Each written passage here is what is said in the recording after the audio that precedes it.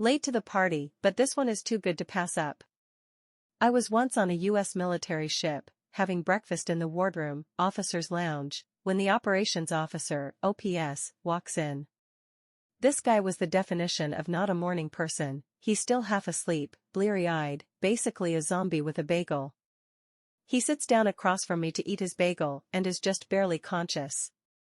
My back is to the outboard side of the ship, and the morning sun is blazing in one of the portholes, putting a big bright-ass circle of light right on his barely conscious face. He's squinting and chewing and basically just remembering how to be alive for today. It's painful to watch. But then zombie OPS stops chewing, slowly picks up the phone, and dials the bridge. In his well-known "I'm still totally asleep" voice, he says, It's OPS. Could you shift our bar pat? Yeah, 165. Thanks.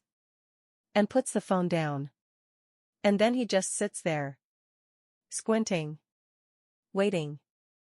And then, ever so slowly, I realize that big blazing spot of sun has begun to slide off the zombie's face and onto the wall behind him. After a moment it clears his face and he blinks slowly a few times, and the brilliant beauty of what I've just witnessed begins to overwhelm me.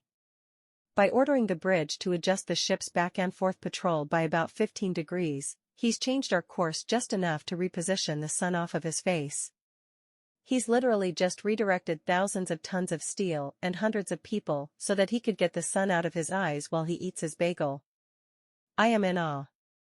He slowly picks up his bagel, and for a moment I'm terrified at the thought that his own genius may escape him, that he may never appreciate the epic brilliance of his laziness, since he's not going to wake up for another hour.